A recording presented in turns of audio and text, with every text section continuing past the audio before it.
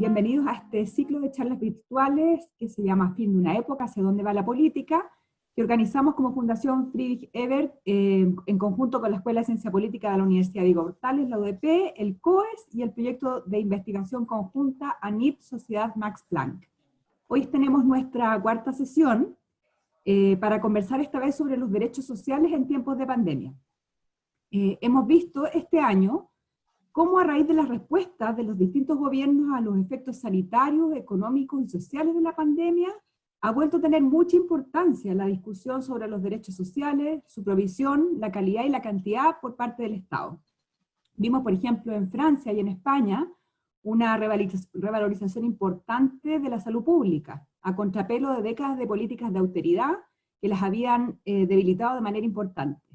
Vimos también en muchos países, incluso en el Estados Unidos de Trump y en el Brasil de Bolsonaro, la implementación de transferencias monetarias directas a las familias para hacer frente a los apremios económicos generados por la pandemia.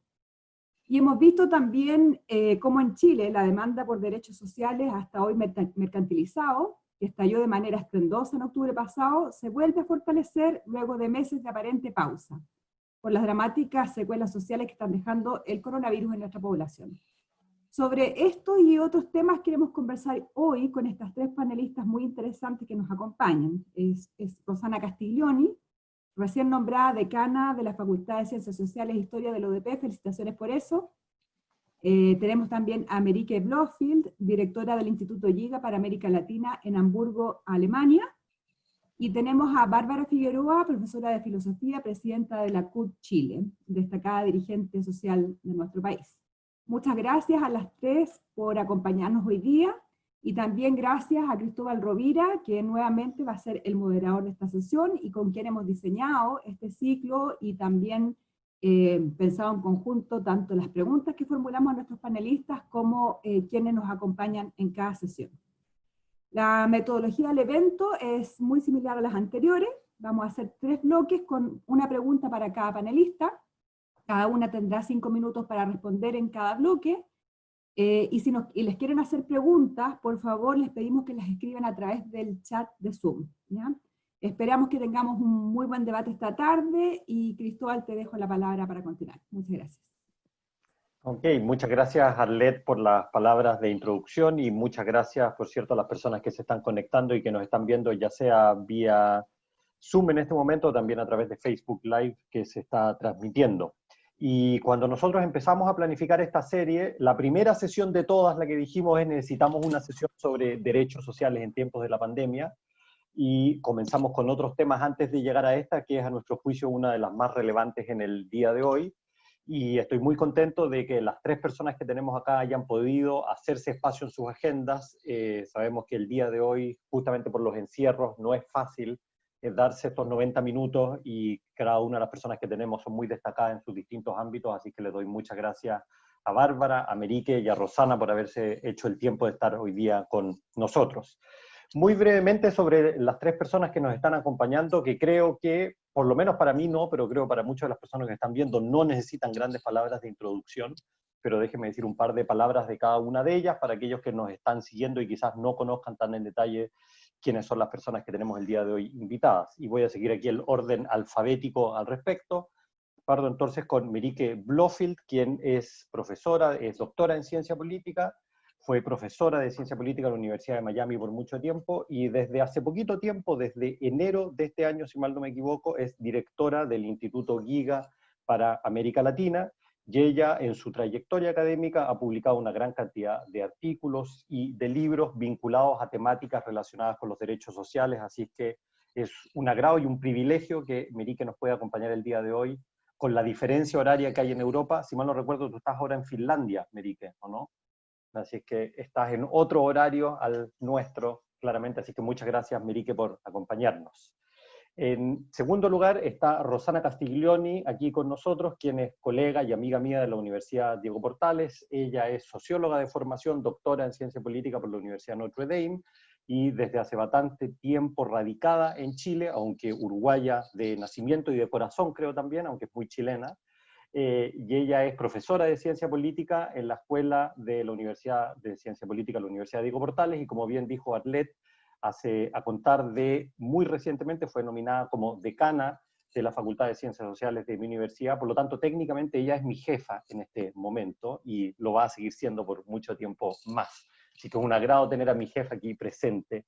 Y Rosana, también, similar a Merique, tiene una trayectoria muy connotada en investigaciones relacionadas con derechos sociales, tanto en Chile como en América Latina. Muy famoso es su libro donde trabaja la temática muy relevante al día de hoy sobre el sistema de pensiones en Chile y su introducción durante los años 80 y después cuáles son las consecuencias de ese modelo. En tercer y último lugar tenemos a, quizás es la persona más famosa de las que tenemos acá, que es Bárbara Figueroa, porque a diferencia de los académicos que hacemos cosas más aburridas y a veces poco prácticas, Bárbara Figueroa está en la vida real, por así decirlo, luchando por los derechos sociales, y ella es muy conocida seguramente para la gran mayoría de nosotros, porque ella está a cargo de la CUT en Chile, ella es profesora de filosofía, es militante del Partido Comunista en Chile, y dentro de su vasta trayectoria, tan solo me interesa decir una cuestión, hay muchas que yo creo que se podrían destacar, pero recientemente ella recibió el Premio Internacional Arthur Svensson de Derechos Sindicales, que es de hecho algún premio que muestra la trayectoria que ella tiene, ya ha estado muy presente también últimamente en el debate público por la crisis que estamos viviendo en Chile. Así que nuevamente muchas gracias a Merique, a Rosana y a Bárbara por estar con nosotros. Y después de esta breve introducción a cada uno de ellos, voy a pasar a las preguntas, de que yo ya se las envié a ellas de antemano para que tengan un poquito de tiempo para pensar al respecto. La idea es que cada una responda en aproximadamente 5 minutos, tenemos algo de flexibilidad, por cierto, y como bien decía Arlet, al final vamos a recoger preguntas del público. Ustedes no se preocupen porque yo las voy a estar recibiendo y después se las voy a formular a ustedes. Así es que, sin más que eso, partimos desde Chile, nos vamos a viajar ahora a Finlandia y partimos con Merique. Y Merique, lo que a mí me gustaría preguntarte es que, revisando la vasta trayectoria que tú tienes, me encontré con un artículo que tú publicaste hace poco con Fernando Filgueira, en donde tú indicas allí, a mi juicio, de manera muy interesante, que para poder confrontar la pandemia y sus efectos de manera adecuada, los países de América Latina deben ofrecer un piso mínimo de protección social. Lo que tú dices allí es que ese piso mínimo de protección social debe incluir servicios básicos y transferencias monetarias condicionadas. Por lo tanto, hoy en día, cuando ya hemos visto que la pandemia ha seguido avanzando, me gustaría hacerte una pregunta de balance. ¿Cuáles son los países, tú dirías, que a tu juicio han logrado cumplir mejor con este objetivo y los países que han sido más deficitarios en cumplir con este objetivo que tú indicas? Sí, bueno, voy a tratar de ser bastante breve y si tienen más preguntas, por favor, que me pregunten. Mire, sí, como los primeros 3 meses mirando el panorama general, diría que Uruguay, Costa Rica, Argentina lo han hecho. Ningún país ha podido responder de manera absolutamente adecuada, pero esos son los 3 países que han hecho un esfuerzo más grande en términos de protección social. Y dijiste transferencias condicionadas, ahora las transferencias son incondicionadas, ¿no? Y un piso de protección social que eso puede incluir algunos tipos de garantías que la gente tiene acceso a servicios básicos, utilidades y ayuda alimentaria, más importantemente transferencias monetarias para asegurar sus necesidades básicas. Los países que han sido más lejos sería México, los países de Centroamérica y muchos otros países ahí entre estos 2 grupos. Y Chile lentamente, como ustedes saben, incrementalmente ha extendido un piso de protección social un poco más suficiente que al inicio. Pero algunos de los desafíos es que hay 3 grupos que hay que alcanzar. Son los hogares que ya están en los sistemas contributivos de la protección social, es más fácil alcanzar a ellos. Después son la gente que están en los sistemas no contributivos, los sistemas antipobreza, más fácil alcanzar a ellos también. El tercer grupo, que es bastante grande, son los hogares informales. La segunda y el tercer grupo son los más vulnerables, pero sustancialmente muy importantes en América Latina, aunque claro que hay mucha variación entre Uruguay, desde Uruguay hasta Honduras. También hay que medir la rapidez de la ayuda social, la amplitud, si llega a todos los que necesitan ayuda y la suficiencia, si realmente cubren las necesidades básicas. Y mirando en general, la activación de ayuda para los grupos dentro de los sistemas antipobreza fue bastante rápida. Y en muchos países se anunciaron ya antes del fin de marzo. Con el tercer grupo, los hogares informales, la ayuda demoró en muchos países. Primero porque los gobiernos no asumieron la magnitud de la crisis y tal vez ni tenían cuenta de la amplitud de este sector. Y ahí la mayoría de los países se había prometido ayuda social a estos hogares de alguna manera antes del fin de abril. Cuando lo reconocieron, se demoró en hacer llegar las transferencias por falta de mecanismos existentes y eficientes para alcanzar estos hogares. Y para muchos hogares en la región, la ayuda en transferencias monetarias llegó más que 2 meses después del inicio de la pandemia y los efectos colaterales en la economía. Entonces llegó como a fines de mayo, mediados de junio. Podría hablar un poco de los ejemplos de diferentes países en la región. Mi análisis es como entre 8 y 10 países en la región, pero tal vez no quiero tomar más tiempo porque tiene preguntas a otras personas y después si quieren hablar de Argentina, Chile, Brasil, Ecuador, Colombia, México, Brasil, lo podemos hablar después. Ok, muchas gracias, Merique. Solo una contrapregunta o una pregunta adicional. Tú decías que los países que mejor lo han hecho hasta el momento, tú dices que es el caso de Uruguay, de Costa Rica y de Argentina en cierta medida, y no aparece Chile entre esos países.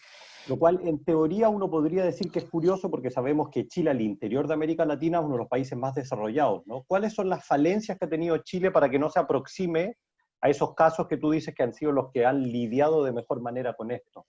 Bueno, la respuesta de Chile fue un poco más lento y como ustedes saben hubo como presión social y política extender más ayuda. Primero fue el bono COVID, ¿no? Una transferencia monetaria de 50,000 pesos, que no es mucho, y a un grupo bastante restringido.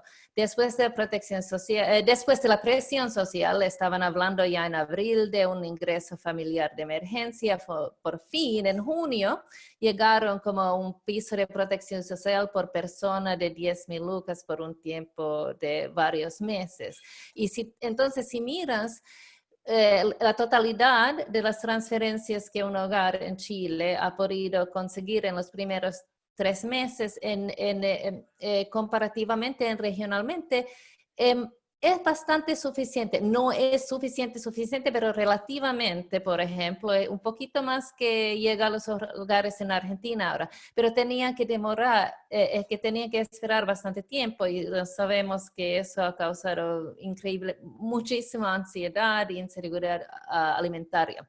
Entonces, en esos términos, Argentina fue mucho más proactiva desde el inicio. Chile llegó ahí ahora, pero le demoró. Okay, otros países también llegaron a un nivel universal que es bastante interesante. Por ejemplo, Perú y Bolivia, desde comenzar con los programas que ya existían, en mitades de abril, fines de abril, reconocieron que ahora tenemos que crear un piso de protección social básico casi universal.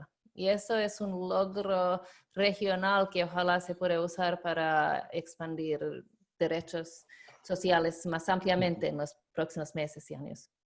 Okay.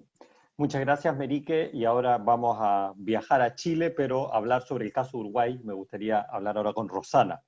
Y si es que uno ve, y ya lo decía Merique, ¿no?, de que Uruguay sobresale en el concierto latinoamericano, y si es que nos vamos un poquito más atrás del COVID, sabemos que Uruguay sobresale porque tiene un sistema de provisión de derechos sociales bastante robusto, por lo menos si lo comparamos con los demás países de América Latina. Entonces, la pregunta que me gustaría hacerte, Rosana, ¿hasta qué punto este factor, el factor de que existan derechos sociales universales bastante extendidos en Uruguay, ha sido quizás la pieza clave para el buen manejo que el país ha podido llevar de la crisis relacionada con la pandemia, o tú crees que hay otros factores que son tanto más importantes que ese? Bueno, muchas gracias por la invitación, muchas gracias Cristóbal en particular por organizar esto, y quiero puedo salirme unos minutitos para decir una cosa que no tiene que ver. Quiero decir que estoy muy contenta de compartir panel con Bárbara Figueroa, porque sabemos que es muy difícil para las mujeres llegar a cargos de alta dirección, de poder, de representación, y yo creo que Bárbara nos representa a todas, ha hecho un trabajo increíble, yo soy muy admiradora de su trayectoria y de su contribución, así que quería decirlo, porque me parece importante reconocerlo. Mira, respecto del caso de Uruguay, a ver, yo creo que comparto plenamente con Mérike que el tema de los legados en materia de protección social y los puntos de partida son tremendamente importantes para enfrentar crisis de esta envergadura, ¿no? En otras palabras, los países que tienen montado una institucionalidad de protección social, con altos niveles de cobertura, con altos niveles de beneficios, con un compromiso más o menos importante del Estado en materia de provisión, están en mejor piso para enfrentar crisis de este tipo, ¿no? Uruguay venía de un proceso de desarrollo marcado de políticas sociales, de inversión social, con beneficios generosos para los parámetros latinoamericanos, obviamente, ¿no? Con alto nivel de cobertura, con una presencia estatal importante, pero el caso de Uruguay, sobre todo cuando uno lo compara con Chile, apunta a la relevancia de algunos factores de carácter estructural que no están no necesariamente vinculados a las políticas sociales y que me parece muy importante por la coyuntura chilena señalar. Y me voy a extender un pelito más de lo que corresponde, pero voy a tratar de extenderme menos después. En primer lugar, sabemos por la literatura que la confianza en las autoridades es fundamental para el cumplimiento de las normas, de las reglas, de las recomendaciones de las autoridades, etc. Cuando las personas le conceden legitimidad a las autoridades, es más factible que obedezcan, digamos, este tipo de indicaciones. Y esto es particularmente relevante en situaciones de riesgo y de crisis, ¿no? Y hay un montón de estudios sobre terrorismo y otro tipo de emergencias que dejan sumamente en claro la relevancia que tiene esto en el manejo de crisis. En Chile, como sabemos, la situación fue dramática, pues el COVID emerge en un contexto de estallido social. Pero en Uruguay la historia es totalmente distinta. El presidente uruguayo acababa de asumir su cargo cuando estalla el COVID, o sea, irrumpe en un periodo que los cientistas políticos llamamos de luna de miel, ¿no? Enseguida, toda escoba buena, nueva barre bien, todo esto que todos sabemos, ¿no? Esto ayudó evidentemente, pero hubo una medida que tuvo un enorme impacto en la opinión pública, que fue tomada muy tempranamente a fines de marzo, promulgada el 8 de abril, que tuvo que ver con rebajar los sueldos de toda la plana mayor del gobierno y de los funcionarios públicos que percibían los salarios más altos. Quienes percibiesen ingresos superiores al equivalente en Chile a 2.300.000 pesos brutos, se les rebajaría un 5% mensual, y esto iba en aumento, digamos, hasta alcanzar un 20%. Los únicos que zafaron de esta política fueron los funcionarios del área de la salud, ¿no? Con estos recortes, y además el Congreso siguió el mismo camino, etcétera, se creó un llamado Fondo Coronavirus, muy temprano nuevamente, cuyos fondos fueron destinados a comprar canastas de alimentos para los hogares más pobres, personas en situación de calle, etcétera. Y ese fondo además recibió recursos provenientes de endeudamiento, de utilidades del Banco República, que es el equivalente al Banco Estado, de la Corporación Nacional de Desarrollo, que es como la Corfo chilena, y donaciones y aportes de privado. El fondo es modesto, son $12 millones aproximadamente, pero políticamente esta medida fue fundamental, ¿no? Primero la medida, este es un gobierno conservador que deja en offside, usando una metáfora futbolera, a la izquierda y a los sindicatos también, ¿verdad? Que engrosan la posición, y fue muy difícil para ellos salir públicamente a cuestionar este tipo de medidas que gozó de una enorme popularidad, ¿no? Después, también es cierto que toda la clase política cerró filas en torno al gobierno y tomó a la lucha contra el COVID como una especie de política de Estado. Y eso también ayudó, ¿no? Y el empresariado, y sobre todo el sector del agro, que es muy cercano al gobierno, también cerró filas. Entonces el agro donó unos $100 millones, por ejemplo, para el combate del COVID. Las empresas vinculadas al sector de alimentos donaron alimentos que fueron además distribuidos por voluntarios. Y yo lo que quiero decir con esto es que para lograr que este tipo de políticas funcionen es necesario tener un piso de legitimidad no menor, ¿verdad? Y hay que considerar además que en estos momentos la calle Pou, el presidente de Uruguay, tiene un 66% de aprobación en las encuestas en plena crisis, ¿verdad? El otro tema que me parece importante señalar tiene que ver con valores y factores culturales. Y Cristóbal, que me conoce, sabe que yo no soy muy amante de las explicaciones de carácter culturalista, porque son como explicaciones de último recurso, ¿no? Cuando no podés explicar algo, decís, bueno, es la cultura, ¿verdad? A mí no me gustan mucho las explicaciones culturalistas, pero hay un estudio reciente que me parece que apunta a, y ahora me voy a referir a eso, a la importancia que tiene esto, ¿no? Si uno mira los niveles de adhesión a las medidas de distanciamiento social, por indicadores duros, más o menos Chile y Uruguay están parecidos, pero en Uruguay las medidas de distanciamiento social fueron voluntarias. No eran cuarentenas obligatorias como hubo en Chile. El gobierno inauguró un plan llamado Todos en Casa, que no fue obligatorio. Hubo mucha presión por parte del Frente Amplio y del PIT-CNT para que estas medidas fueran de carácter obligatorio, y el presidente nuevamente lo manejó muy bien. Llamó a la oposición y les dijo, a ver, ¿quiénes de ustedes me van a acompañar a reprimir a la gente que sale a ganarse el sustento? Los dejó a todos en offside. ¿Qué persona izquierda va a salir a decir yo, presidente? O sea, nadie, ¿no? Entonces, un muy buen manejo. Y respecto de la cuestión cultural, Muni y Tabalino, que publicaron un artículo muy recientemente respecto de la adhesión a estas medidas, enfatizan que las culturas de carácter colectivista, ¿no? Donde los individuos se socializan enfatizando la interdependencia, la conexión con los demás, la relevancia de las relaciones interpersonales, tienen mucha más propensión a respetar este tipo de medidas, ¿no? El individualismo y el colectivismo, y todo lo opuesto pasa en culturas más bien individualistas. El colectivismo y el individualismo se cruzan además con orientaciones culturales de carácter horizontal o vertical, es decir, horizontales, igualdad de estatus y relaciones horizontales entre las personas, o verticales, donde se enfatizan las relaciones de carácter jerárquica y la desigualdad de estatus. ¿Por qué es importante esto? Porque este estudio concluye que la horizontalidad combinada con el colectivismo favorece la confianza y se asocia con el cumplimiento de estas medidas. Y esto me parece que es precisamente lo que pasó en Uruguay, y me parece que es precisamente lo opuesto a lo que pasa en Chile. Y con eso dejo por acá. Muchas gracias, Rosana, y vamos a ver si tienes el teléfono de Luis Lacalle para que se lo entregues a las autoridades acá en Chile, que también son de derecha, para quizás a ver si lo asesoran y nos ayudan también a manejar un poco mejor la crisis. Paso ahora entonces a Bárbara y nos vamos a una tercera pregunta. Y lo que me gustaría a ti preguntarte, Bárbara, es que nosotros sabemos que el impacto económico-social de la pandemia está siendo muy dramático en el país y estamos viendo cómo las cifras se van empeorando claramente.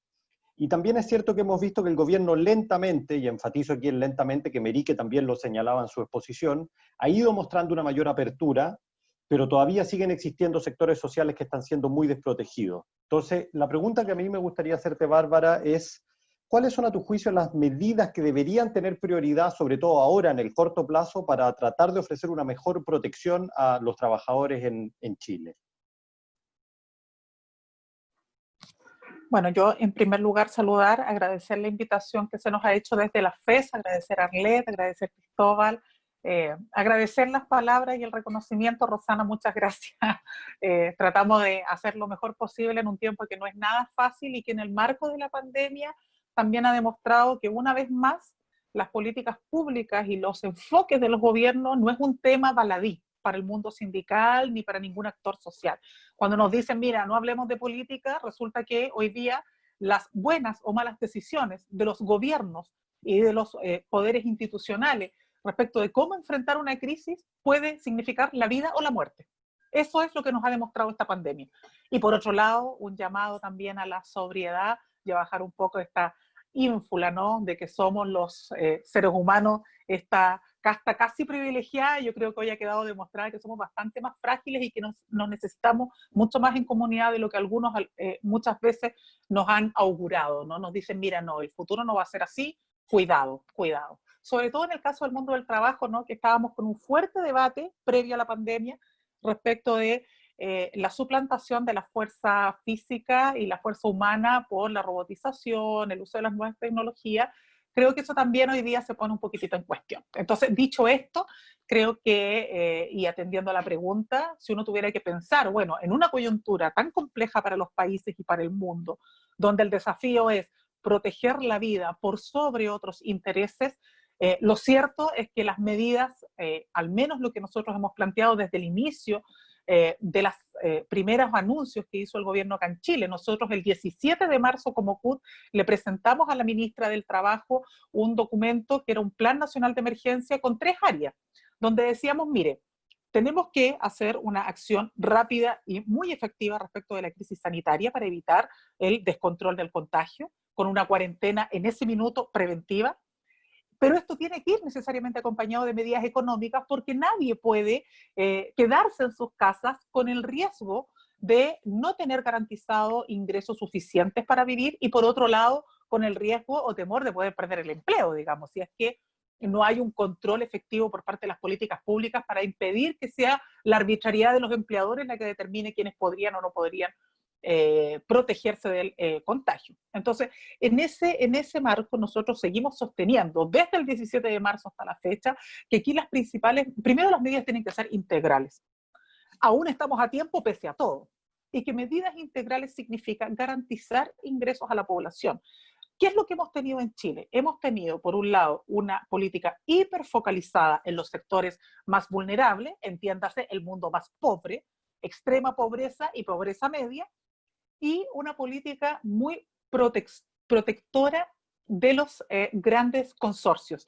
Entiéndase la banca, entiéndase los empresarios de los rubros productivos, particularmente la minería, y las señales que se han dado desde el comercio. Entonces, en esos dos polos se ha movido la política de nuestro gobierno, o la política del gobierno actual, y entre medio de eso ha habido millones de trabajadores, trabajadoras, microempresarios, pyme, emprendedores que han sido absolutamente abandonados.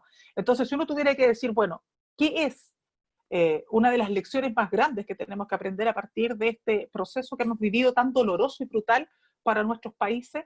Que las políticas de protección social son claves y fundamentales. Si yo no aseguro ingresos, si yo no genero red de asistencia, si yo no pongo pisos de protección social básica y universales, que no solamente se hagan cargo de proteger los ingresos de trabajadores y trabajadoras, sino que también de políticas focalizadas en el caso de las mujeres, de atención preferente hacia la niñez, nosotros estamos perdidos. No hay cómo enfrentar situaciones de esta envergadura.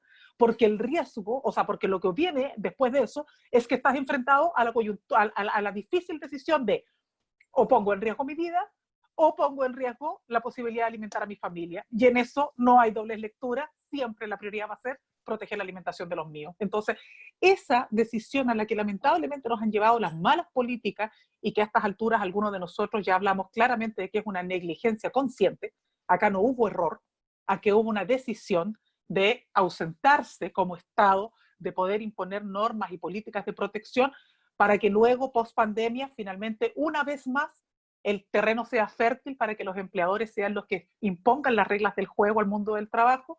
En ese contexto nosotros decimos, mira, acá lo que siempre debió haber operado y el principio que debía haber sido rector para las políticas desde el Estado es lo que organismos internacionales nos señalaron.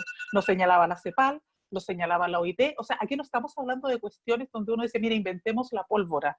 Estos son decisiones que incluso en el marco de la Unión Europea fueron asumidas, es decir, pisos de protección social como los mínimos para poder enfrentar la coyuntura. Por ejemplo, el debate sobre renta básica universal o ingreso familiar de emergencia, como se le quiso llamar acá en Chile, fueron cuestiones que nunca se quisieron abordar con la profundidad que nosotros hubiésemos deseado y que creo que son grandes lecciones, porque más allá de que uno pueda decir, mira, si cuando pase la pandemia ya vamos a tener que hablar de otras cosas, lo cierto es que la humanidad tiene que entender que vamos a estar enfrentados a desafíos de esta envergadura permanentemente y por lo tanto lo no bien hecho hoy no puede significar que entonces ya, bueno, le echamos tierra y no importa. No, es el desafío que tenemos entonces es que esto no lo podemos dejar de plantear y no podemos dejar de debatirlo en los periodos que vienen y en el caso de nuestro país, además, en una coyuntura que yo diría que es privilegiada respecto del debate que tiene el mundo. Y es que nosotros no vamos a tener que esperar un ciclo electoral para evaluar el rol de nuestras autoridades, nosotros vamos a poder evaluar y vamos a poder definir cambios en las políticas a partir del proceso constituyente que va a enfrentar Chile los próximos meses y por lo tanto sigue siendo hoy día un tiempo oportuno, no solo para revertir las malas decisiones, sino que además sigue siendo un tiempo oportuno para proyectar esos desafíos y esos debates que vamos a tener que hacer en el marco del proceso constituyente. Pero es evidente que la urgencia hoy sigue siendo salvar vidas, porque aquí no hemos superado la crisis sanitaria, hoy día sigue siendo la prioridad salvar vidas y así nos lo recuerdan permanentemente nuestros funcionarias y funcionarios de la salud, y por otro lado, garantizar ingresos. Y en esto solamente cierro con un dato. Nosotros hicimos un estudio también auspiciado, no acompañado por la FES, nuestro barómetro del trabajo, este es un instrumento inédito en la región, que es una encuesta sobre temas del mundo del trabajo, particularmente sobre percepciones respecto de políticas, ingresos, etcétera. Y dentro de ello, en el estudio que hicimos ahora, en plena pandemia, era un dato, el dato en este caso lo tuvimos que hacer en la región metropolitana, no pudimos cubrir todo el país dado la situación de pandemia, pero es decidor que en el caso de Santiago, 1 de cada 5 santiaguinos solo ingiere una comida caliente al día. Si eso no es algo que nos obligue a pensar en este desafío sobre los pisos de protección social, entonces yo no sé qué nos puede llevar a pensar esto. Y otro dato muy decidor de este estudio es que cuando uno dice, sí, hay que atender a los más vulnerables, cuidado, porque también nos compramos este cuento de la clase media, cuando, por ejemplo, la encuesta, que es lo que nos decía, que personas que perciben ingresos entre 1 millón y 2 millones de pesos, que uno podría decir en Chile, oye, están tan felices, no tienen salarios mínimos. Bueno, el 60% de quienes perciben ingresos en el Gran Santiago entre 1 y 2 millones de pesos dijeron que necesitaban ayuda del Estado. Eso explica por qué es tan popular una demanda como la que se está votando hoy día en el Parlamento del retiro del 10% de los fondos previsionales. Porque no es cierto que la urgencia sea solo para los sectores más pobres. Aquí hay un universo muy grande de trabajadores y trabajadoras altamente precarizados, proletarizados y endeudados que también requieren una ayuda del Estado que hoy día no ha llegado. Muchas gracias, Bárbara, y muchas gracias por esa reflexión respecto a las clases medias en Chile y su particularidad, algo que hemos venido hablando en los otros ciclos y que de hecho me gustaría al final también retomar porque creo que es un aspecto muy importante para comprender mejor cómo funciona nuestro país. Me paso ahora a Merique nuevamente y me gustaría retomar algo que ya nos venía diciendo Bárbara y que de alguna manera Rosana también lo decía en la contracara de por qué ha funcionado bien en Uruguay. Y lo que me gustaría preguntarte, Merique, es que la evidencia empírica que tenemos al día de hoy parece demostrar que en América Latina los grupos más afectados por la pandemia son, por un lado, los sectores informales, que tú ya lo mencionaste en tu presentación, y por otro lado, son las mujeres, algo que también nos decía Bárbara, pensando por toda la sobrecarga de trabajo y el impacto que va a tener el mercado laboral a futuro la pandemia, ¿no? La pregunta que me gustaría hacerte es, si pensamos en estos dos grupos que parecieran ser que están siendo muy afectados, ¿podríamos pensar de que esos grupos van a sufrir una suerte de retroceso estructural, que podríamos volver a tener una suerte de década perdida, sobre todo para el mundo informal y las mujeres? ¿O podríamos pensar de que este va a ser un fenómeno acotado en el tiempo y que podríamos pensar de que esos grupos van a poder volver a emerger sin grandes problemas en la región? Bueno, diría que eso realmente depende de las respuestas de los gobiernos ahora. Y tomando todo lo que dijo Bárbara, de este es un momento donde realmente el Estado tiene que hacer un esfuerzo. Existe la posibilidad, la verdad es que existe una ventana de oportunidad de recrear un nuevo pacto fiscal, un nuevo pacto social, pero depende realmente de los gobiernos. Hasta ahora el efecto ha sido bastante devastador, como ustedes saben, para la gente que se ha perdido su trabajo y su fuente de ingreso. Y como Bárbara también dijo, los datos de CEPAL muestran que regionalmente más o menos 75% de la gente vive como está en clase media, bajo y pobre. Entonces como hasta 3 líneas de pobreza, yo creo. Entonces la mayoría de la gente en la región viven en esa precariedad y tiene gastos fijos, por ejemplo, alquiler, costos de los estudios y los esfuerzos de salir adelante que han hecho y que han podido hacer en las últimas 2 décadas se pueden ver totalmente desaparecidos con esta pandemia. Y con las mujeres, ya mencionaste la sobrecarga familiar.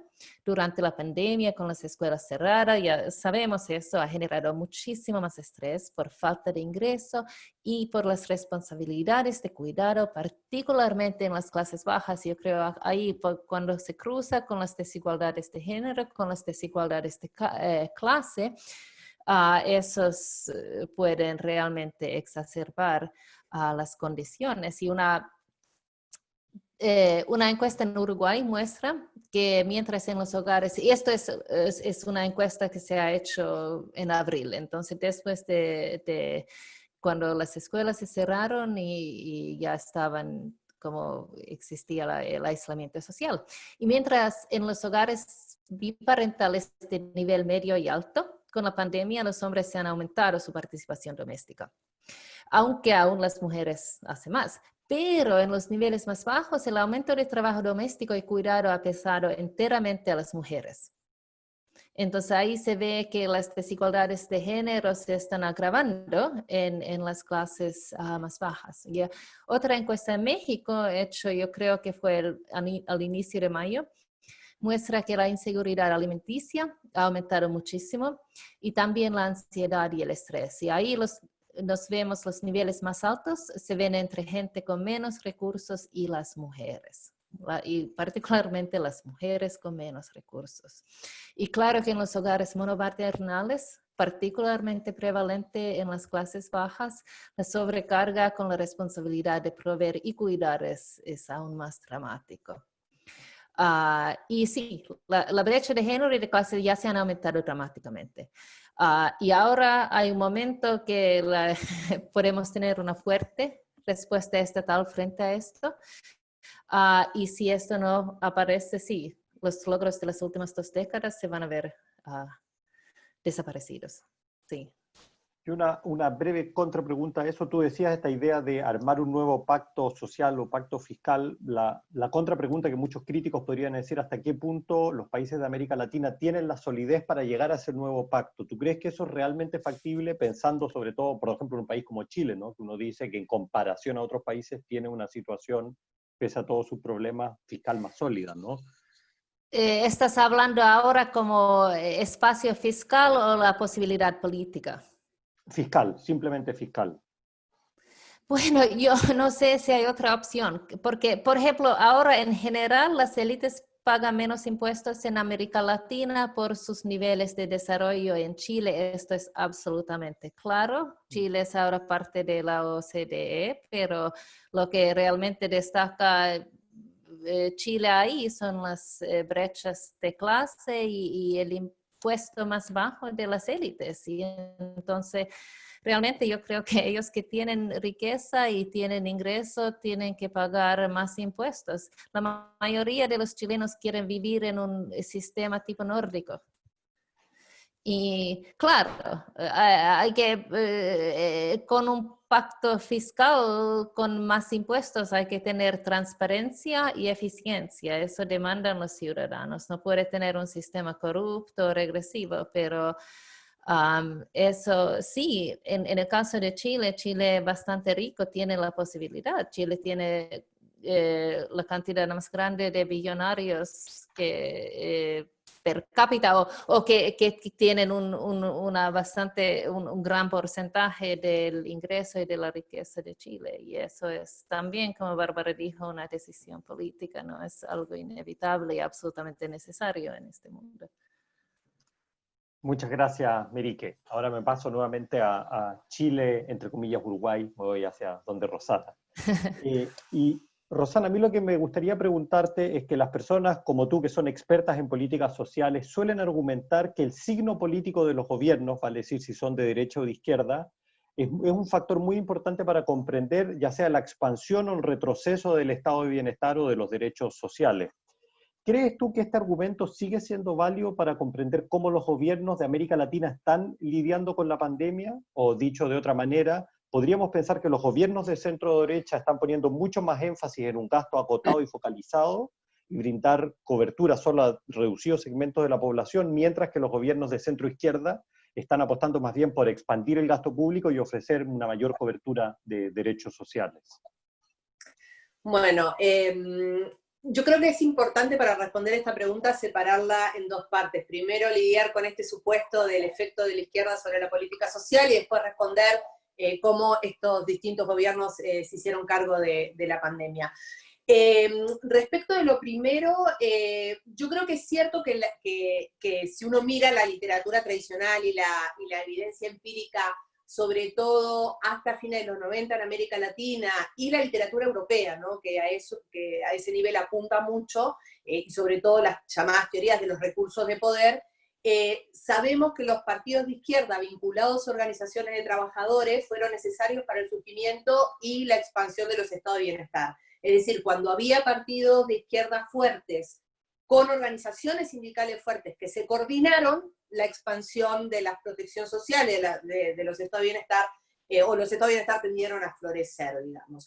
En América Latina, más recientemente la literatura señala que efectivamente cuando se produjo el viraje a la izquierda, y además esto ocurrió en un contexto de afluencia económica de la mano del llamado boom de los commodities, ¿no? Del auge de las materias primas. Esto facilitó la expansión de las políticas sociales. No obstante, yo creo que hay bastante evidencia también para cuestionar, al menos a partir de los 90, que este argumento funciona. Primero porque todos los países gobernados por izquierda y por derecha introdujeron programas de transferencia condicionados, y en realidad los programas de transferencia condicionados fueron más bien un invento de la derecha. Segundo, tenemos casos de expansión, pero muy extrema, de la protección social, y el caso de la salud, por ejemplo, bajo gobiernos de derecha. El caso de Colombia es impresionante, o sea, si a principios de los 90 tenía un 30 y tanto % de cobertura, ahora está en un 96%, y el grueso de esa expansión se produjo en la administración de Uribe, que es de derecha, así como de verdad de derecha, o sea, no es como de derecha, de derecha. Y después tenemos expansión de subsidios y transferencias contributivas en otros países de América Latina, también gobernados por la derecha. Pensemos en el caso de Chile, la expansión del postnatal, ¿no? Entonces, yo no estoy haciendo un juicio de valor o digamos, sino que al menos la evidencia lo que nos muestra es eso.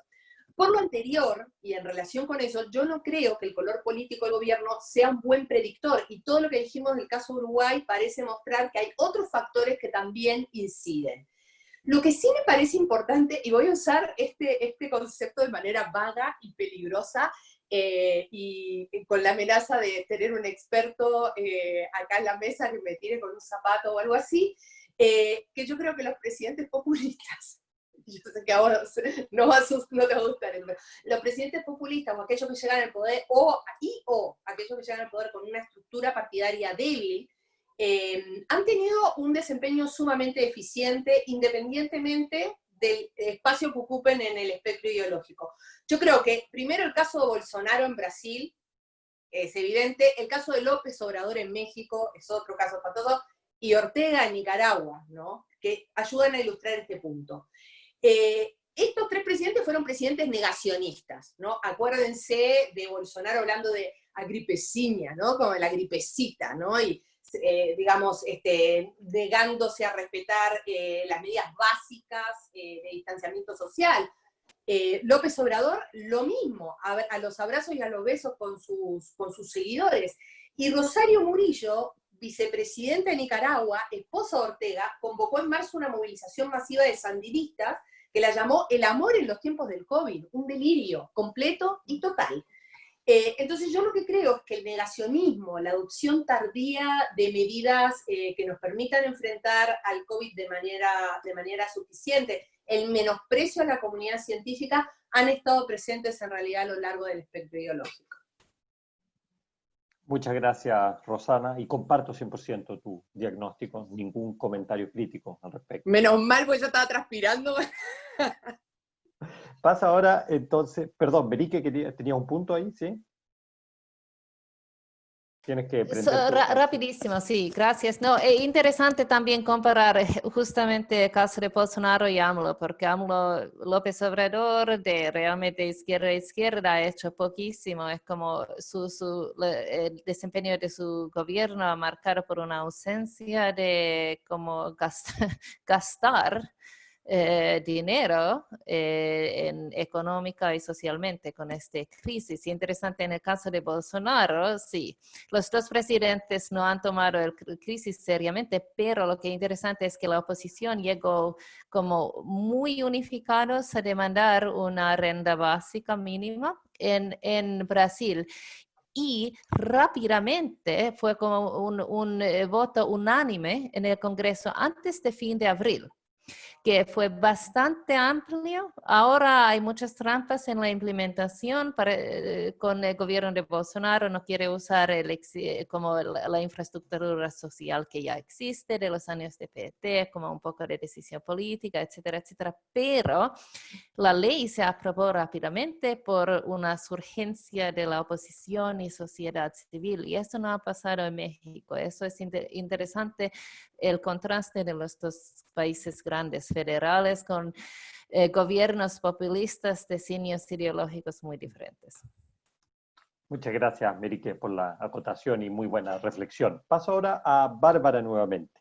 Y lo que me gustaría preguntarte es que en tu experiencia al mando de la CUT, por cierto que te ha tocado interactuar con diversas autoridades, tanto económicas como políticas, los cuales sabemos de que muchas veces están poco interesadas en institucionalizar mecanismos de diálogo con representantes sindicales, algo que es tan claro, por ejemplo, en el hemisferio norte, en Europa, ¿no? Si pensamos en Alemania, pero inclusive en España, que hemos visto ahora de que hay unos intentos de negociación a tres bandas entre empresarios y sindicatos con el gobierno.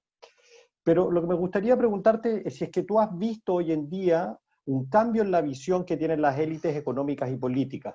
¿Hasta qué punto hoy día tú notas que están más abiertas a gestionar un nuevo pacto social entre empresarios y trabajadores, pensando tanto en el efecto de la pandemia como el estallido social?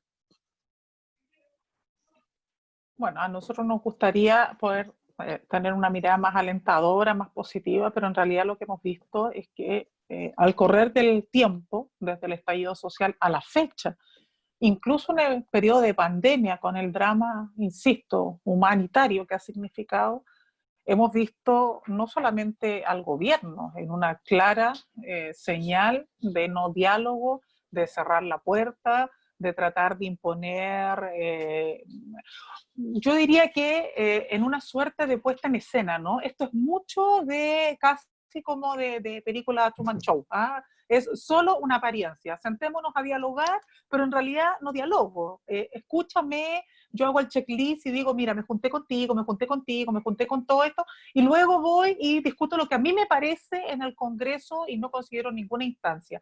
Nosotros logramos en el marco de la reforma laboral, porque esto fue un debate de la CUT, nosotros eso no venía en el proyecto de ley, logramos que se estableciera una institucionalidad tripartita, que es el Consejo Superior Laboral.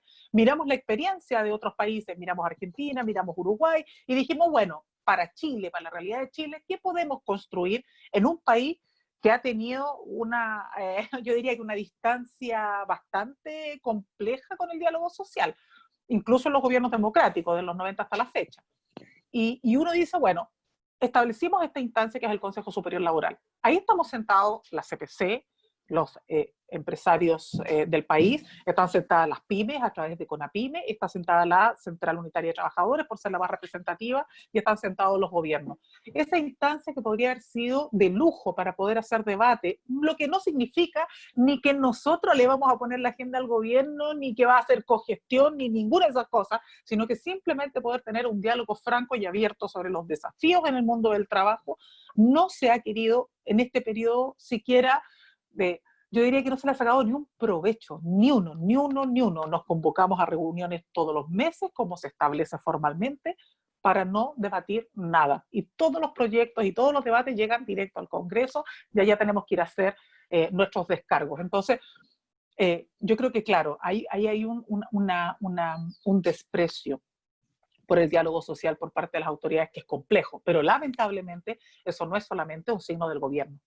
Eso también hoy día se agrava y se acrecienta con la actitud del propio empresariado. Hoy día nosotros tenemos una Confederación de la Producción y el Comercio que levanta y construye organizaciones sindicales a la medida de sus intereses con tal de no tener que dialogar con los interlocutores reales. O sea, eso, francamente, en cualquier país civilizado no se podría permitir. O sea, tú no puedes, una cosa es que tú tengas diferencia. Nosotros tenemos mucha diferencia con la CPC, pero jamás vamos a construir una interlocución a la medida de la CUT. O sea, mira, no, vamos a buscar empresarios, qué sé yo, que nos puedan parecer simpáticos, y entonces nos vamos a sentar con ellos y vamos a decir que esto en realidad es la representación del empresariado, qué sé yo, estas plataformas de empresarios que han hecho todas estas políticas de revisión de, por ejemplo, tope de salarios máximos, ¿no? Los que estuvieron disponibles a avanzar en iniciativas como la regulación de la jornada en 40 horas. Claro, o sea, si fuera por eso, o sea, todos podríamos estar jugando ese juego. ¿Qué es lo que a mí me parece que es delicado de ese escenario? Creo que, claro, aquello que hoy día es oportuno para algunos es una estocada a los principios básicos de la democracia. Y creo que ahí se está poniendo estamos en un fino límite. ¿Ah? Estamos, como decía el documental, ¿no?, sobre la situación de Lula, estamos al filo de la democracia. Porque finalmente, cuando tú actúas de esa manera, no solo te estás mintiendo a ti mismo, no solo te estás haciendo un juego que es bastante infantil, sino que al final del día con eso lo que tú terminas legitimando es que cualquiera entonces mañana pueda construir las interlocuciones a las medidas de sus necesidades. Eso no solamente polariza, sino que supera y permite que cualquiera siente que puede superar los marcos de la institucionalidad y los marcos del sano debate democrático para tratar de imponer sus ideas. Entonces, esa práctica que lamentablemente hoy día algunos han asumido con mucha naturalidad, nosotros permanentemente la hemos cuestionado, pero esto también se lo hemos dicho a los partidos progresistas. Y eso también uno tiene que señalarlo, porque cuando tú quieres establecer reales diálogos sociales, no solo puedes hacerlo sobre la base de la presión, no solamente tienes que hacerlo cuando para ti es conveniente, sino que tienes que estar disponible a construir en diálogo, incluso cuando hay diferencias. Y yo tengo la impresión de que en eso, lamentablemente, nuestro país, desde los 90 hasta la fecha, no ha hecho una reflexión profunda, ni tampoco se ha hecho una autocrítica de cómo ha enfrentado el diálogo social. El movimiento sindical siempre les sirve, y les sirvió a la Coordinadora Nacional Sindical y el Comando Nacional de Trabajadores para recuperar la democracia. Recuperamos la democracia y cuando ya no se pudo cumplir el programa y las promesas con los trabajadores, después fueron desplazados. Entonces, esas maneras de ejercicio de la democracia la terminan fragilizando y nos llevan a lo que tenemos hoy día, que ya el gobierno, en una acción ya descarada y burda, pasa por encima de cualquiera, y lo mismo respecto del empresariado. Pero eso tiene un costo, no es un costo para la organización, no es un costo para la CUT.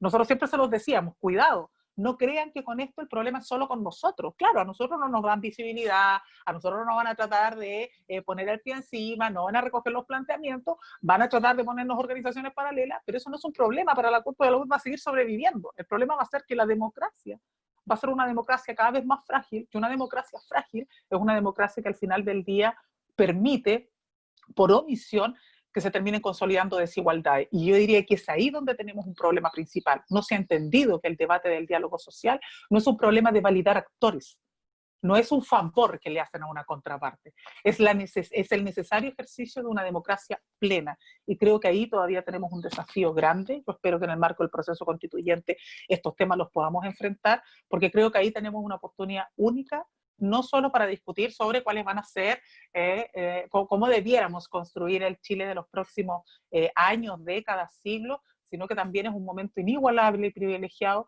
para que nosotros podamos discutir qué tipo de democracia queremos y dónde se van a poner los valores principales. Si el valor va a ser que tú tengas una empresa, da lo mismo si esa empresa tiene a los trabajadores esclavizados, les paga sueldos de miseria, incluso los encierra, como ocurre en muchas empresas de temporada, y lo hemos visto en innumerables ocasiones, encerrados en garaje. O sea, si eso es el principio con tal de tener empleo y no importa la dignidad, entonces ya el problema no es solamente de tener contrapartes, el problema ya es de trastoque de valores. Y si no ponemos el valor del trabajo en el centro de la sociedad para el debate que viene, creo que vamos a estar cometiendo probablemente los mayores pecados para el tiempo que viene y que ha quedado también en evidencia en el marco de la pandemia. Entonces, creo que en esto también no solo tiene que ver con el valor del diálogo social como ejercicio democrático, sino que también el valor del diálogo social cuando tú tienes una real comprensión de la importancia del mundo del trabajo como un actor esencial y cómo se construyen relaciones laborales como una expresión de lo que quieres que sean las relaciones sociales. Si eso no se debate y no se pone por lo menos en evidencia, aunque tengamos diferencias, pero no se pone sobre la mesa, probablemente también vamos a hacer o vamos a seguir capturados en debates que a veces son tramposos y que siguen siendo a la medida de las necesidades de cada uno. Muchas gracias, Bárbara. Y paso ahora al tercer y último bloque de preguntas, que es el más difícil, yo creo, porque voy a tratar de preguntarle a nuestras tres expositoras un poco sobre el futuro y hacer predicciones. Por cierto que no es fácil, pero me voy a arriesgar a ver qué es lo que ellas me dicen al respecto, y les recuerdo a las personas que nos están escuchando que nos pueden enviar preguntas si es que tienen por el chat, porque después vamos a recoger alguna de ellas.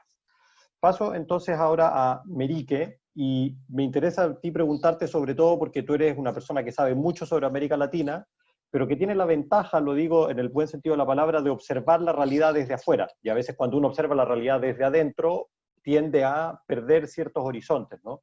Entonces, tú viendo la realidad chilena desde afuera, me gustaría preguntarte cuán seria crees tú que es la crisis política institucional que estamos experimentando en Chile y que viene desde antes de la pandemia, ¿no? Que está relacionado obviamente al estallido social y los problemas que enfrenta el país.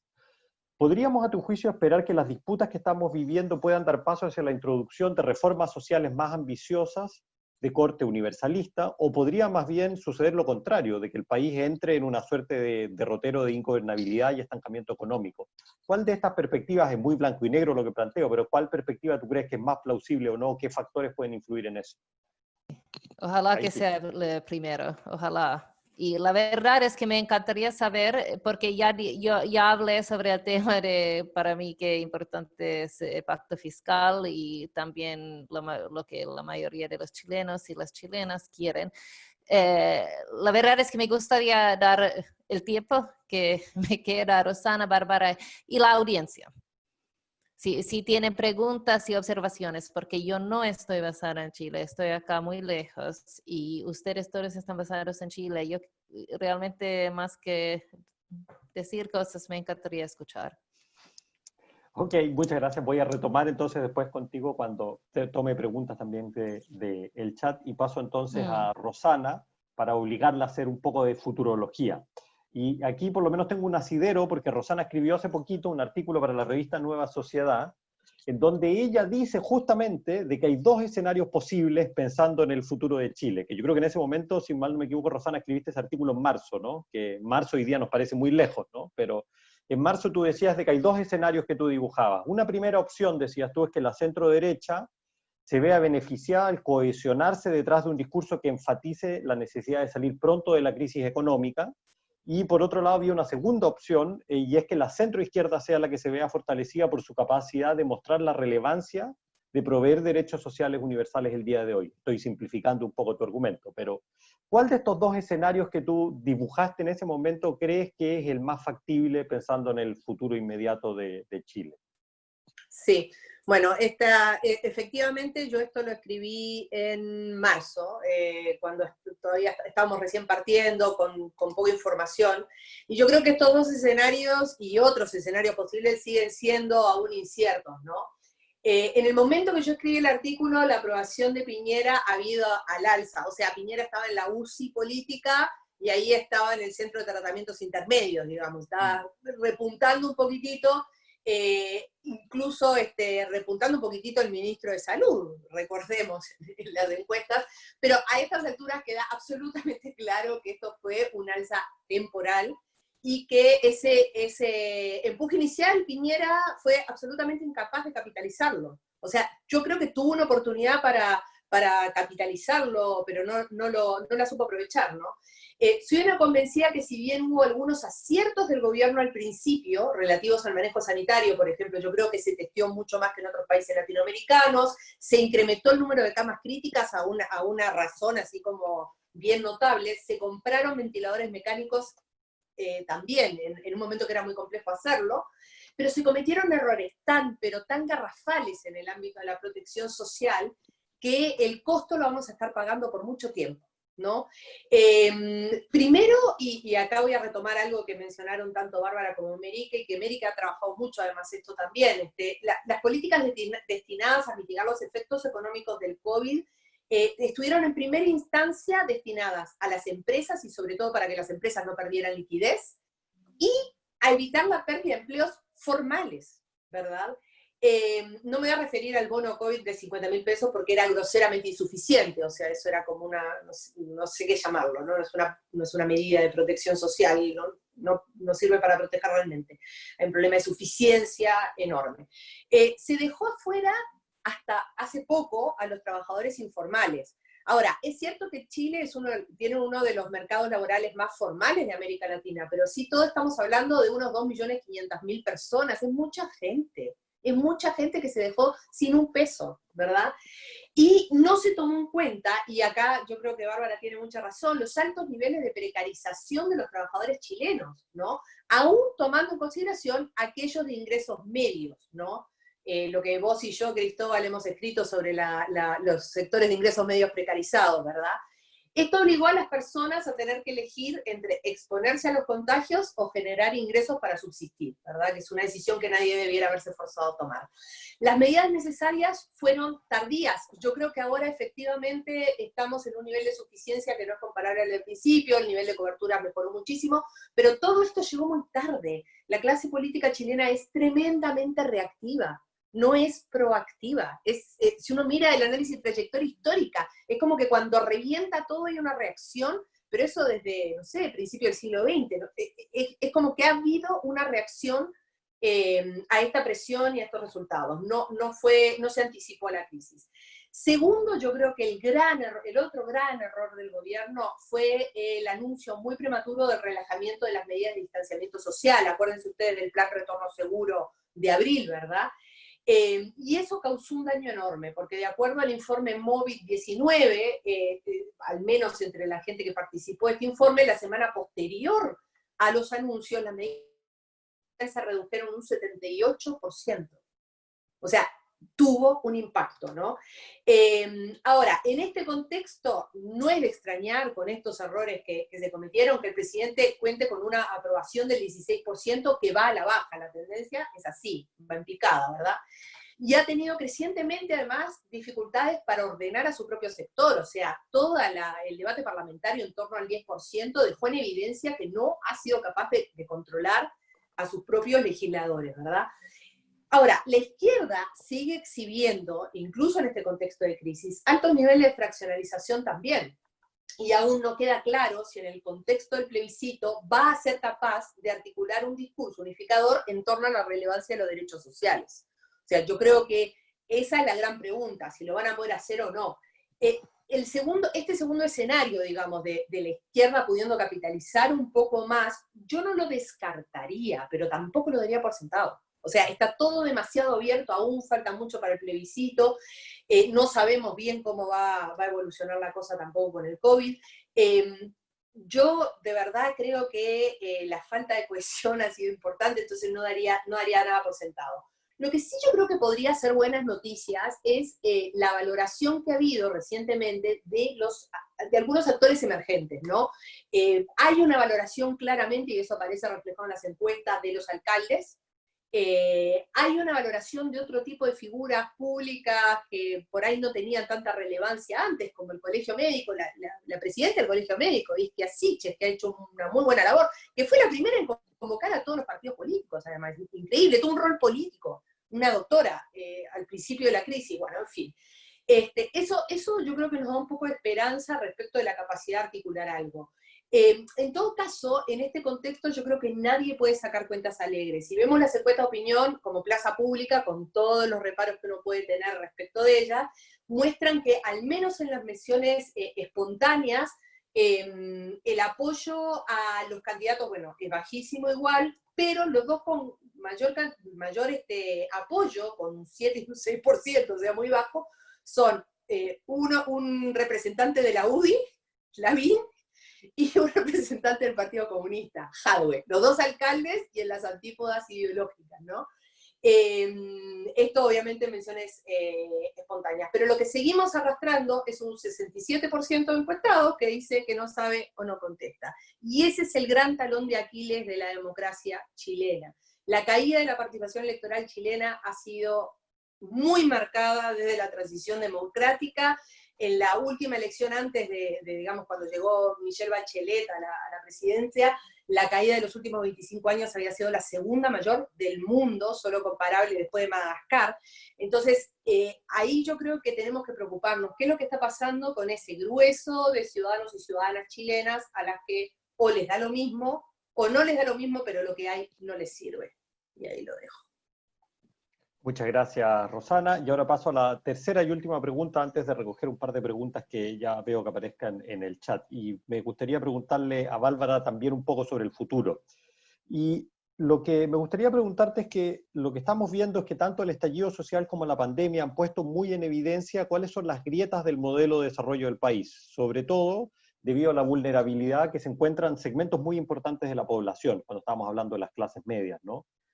A la luz de las discusiones y las transformaciones en curso, mi pregunta para ti, Bárbara, es ¿cuán esperanzados podemos estar en que el país se mueva hacia un modelo de desarrollo que ofrezca derechos sociales extendidos para la mayoría de la población? Me daba la impresión de escucharte de que tú ponías mucha fe, por dar un ejemplo, en el proceso constituyente, y por eso me gustaría escuchar un poco más dónde están esas esperanzas que tú crees que podríamos ver para que el país se mueva en esa dirección. Bueno, creo que estamos en una etapa donde...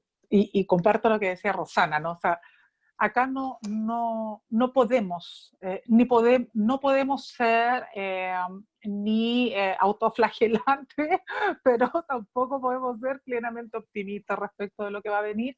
Hay un potencial tremendo que tenemos hoy día al calor de lo que ha sido la rebelión social, rebelión popular, la revolución de octubre en Chile, que en el fondo es la síntesis del proceso. Esto no es, muchos dicen, no, mira, bueno, lo que ocurrió en octubre, sí, lo que ocurrió en octubre es representativo también, o es una síntesis de distintos procesos de movilización en distintos sectores respecto de distintas demandas, pero donde había un común denominador. Esa sensación de opresión frente a las injusticias y la incapacidad de que las grandes mayorías pudieran ser protagonistas de cambios y de transformaciones, donde decíamos, bueno, han habido gobiernos progresistas, hoy día hay un congreso de oposición, ¿por qué? Siempre triunfan los mismos, ¿no? Un poquitito esa sensación, y que también le da tanto carácter simbólico y emblemático a la lucha del 10%, porque es como por primera vez los intocables están siendo tocados, ¿no? Las AFP, aquellos que nunca nadie podía haber tocado. Entonces, esa sensación, ese elemento más subjetivo, ¿no? Que circulaba, esta tensa quietud que vivíamos en nuestro país y que reventó en el marco de la Revolución de Octubre, sin duda que es un tremendo potencial. Ahora, de la pura movilización y del puro estallido social, tú no sacas conclusiones de que entonces mañana los cambios van a estar a la vuelta de la esquina. O sea, ahí yo creo que algunos equivocan el análisis y creen que en eso la pura expresión social es la solución, porque eso sin acción organizada, sin acción decidida, planificada y estratégica para poder influir, es difícil que tenga, que logre los objetivos que se están proponiendo. Y lo digo a propósito también de lo que conversaba Rosana de el rol de la oposición. Una oposición fragmentada, por mucho que tú tengas plagada las calles de movilización, sin una convicción clara de ponerse del lado de las grandes mayorías, por más oposición mayoritaria que sea en el Congreso, no va a lograr que eso se traduzca entonces en correr el cerco a las políticas del gobierno. Por lo tanto, se tienen que conjugar distintos factores. Y ese es el proceso en el que estamos ahora. Y por eso digo, hay un tremendo potencial, pero esto va a ser con mucha disputa también. Esto no va a ser fácil, va a ser con mucha tensión entre medio. Y va a ser también con una clara convicción de los sectores que defiendan el modelo de mantener y perpetuar estas condiciones. Entonces eso va a ser una batalla no menor, ¿no? Entonces hay que asumirlo así. No es tan simple, no es tan mecánico que las cosas van a cambiar. Ahora, yo tengo una profunda convicción y tengo la profunda esperanza de que vamos a poder efectivamente avanzar en el marco del proceso constituyente en debates de cambio y transformaciones profundas y estructurales como no habíamos logrado hacer desde los 90 hasta la fecha. Creo que sí tenemos ese potencial, pero creo que para que eso se consolide vamos a tener que también asumir ciertos mínimos o básicos, o como le queramos llamar, ¿no? Que en el fondo primero es entender que acá necesitamos más y mejor unidad. O sea, si nosotros queremos ser contribuyentes como actores sociales y actores sindicales, nosotros no sacamos nada con estar jugando al juego de los protagonismos, nosotros no sacamos nada con estar jugando al tema de que quién lo dijo primero, que quién lo dijo después. Aquí tenemos que hacer gestos y dar señales. Creo que en eso hay experiencias que nosotros tenemos que recoger de lo que han sido los procesos que hemos vivido hasta ahora. Nosotros lo vivimos en el marco de la conformación de unidad social, lo hemos vivido en el marco de la unidad sindical. Hoy día mismo, antes de incorporarme al evento, estábamos participando en una reunión donde como ejecutivo de la CUT convocamos a más de 60 organizaciones, las principales organizaciones públicas y privadas de nuestro país, donde estaba desde la Federación de Trabajadores del Cobre hasta la NEF, pasando por otras organizaciones públicos y privadas, del más amplio espectro. ¿Y qué es lo que decíamos? Mira, saquemos un comunicado conjunto, porque si nosotros sacamos cada uno nuestros comunicados, sí, bien, importante, marcamos presencia. Pero eso, para efectos de generar una presión respecto de necesidad de cambio, respecto de necesidad de debate, no se luce si no es a partir de esfuerzos unitarios donde todos seamos tremendamente generosos y nos pongamos al servicio del país. Creo que esto que ha ocurrido con la oposición unida hoy y que ha demostrado que puede correr el cerco de lo posible cuando se une, también es una señal potente. Ese es el camino. ¿Esto está consolidado? No. Hay mucho que recorrer para poder consolidar este proceso de cambio de transformaciones y debatir sobre modelos de desarrollo en el marco del proceso constituyente. Ahora, y ahí retomo lo que decía en la respuesta anterior. Ahora, para que nosotros podamos discutir sobre modelo de desarrollo, también tenemos que estar disponibles para discutir qué es lo que queremos poner en el centro. Y al menos nosotros somos convencidos de que el valor del trabajo tiene que estar al centro de la sociedad, que tenemos que revertir la escala de valores con las cuales hemos construido hasta ahora el desarrollo y el crecimiento en nuestro país, porque si eso no está en tensión, por más unidad que conformemos, no vamos a poder enfrentar el desafío del debate a fondo de un nuevo modelo de desarrollo. Eso no significa negar o mucho menos invisibilizar otras demandas. Entender hoy día las relaciones en el mundo del trabajo requiere de una complejidad mucho mayor que el puro obrerismo. O sea, esto no es una película en blanco y negro, no es solo trabajadores versus capital, es también diferencias intratrabajadores. Lo que ocurre con las mujeres dentro del mundo del trabajo. Si nuestra participación activa en el mundo del trabajo no tiene que ver solamente con que, yo siempre lo digo así, no es que nos hagan el favor a las mujeres. O sea, los países dejan de crecer cuando no tienen incorporadas a las mujeres en el mundo del trabajo. Ese es el desafío. No es, mira qué bueno que tenemos que darle un espacio a las mujeres porque eso es la moda. No, no ese es el problema que estamos debatiendo.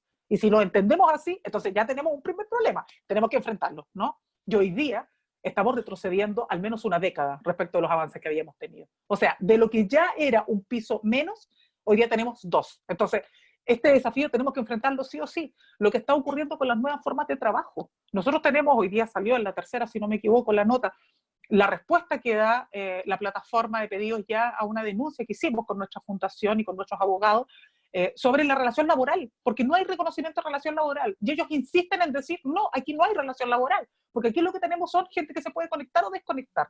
Entonces no hay relación de dependencia. Y por lo tanto, como no hay relación de dependencia, no hay relación laboral. Bueno, ese es un desafío para el mundo sindical. ¿Cómo repensamos las relaciones laborales y impedimos que eso sea a costa de derechos, sino que sea con derechos? Y esos son desafíos que no teníamos hace 100 años atrás, de los que hoy día nos tenemos que hacer cargo. La realidad de los jóvenes. Si es cierto que hoy día hay nuevos desafíos, hay nuevos horizontes, los chiquillos llegan con otras expectativas al mundo del trabajo, de eso también tenemos que hacernos cargo. Entonces, creo que cuando uno dice, mira, poner el valor del trabajo al centro de la sociedad, no solamente nos estamos haciendo cargo de un desafío donde decimos, mira, el trabajo y los trabajadores y las trabajadoras somos el motor que mueve los países. Estamos también diciéndonos a nosotros mismos, como organizaciones sindicales, esto significa repensar nuevos códigos para entender toda la complejidad que implica hoy día el mundo del trabajo, y eso recogiendo además las deudas de arrastre, lo que pasa, por ejemplo, con las trabajadoras de casa particular.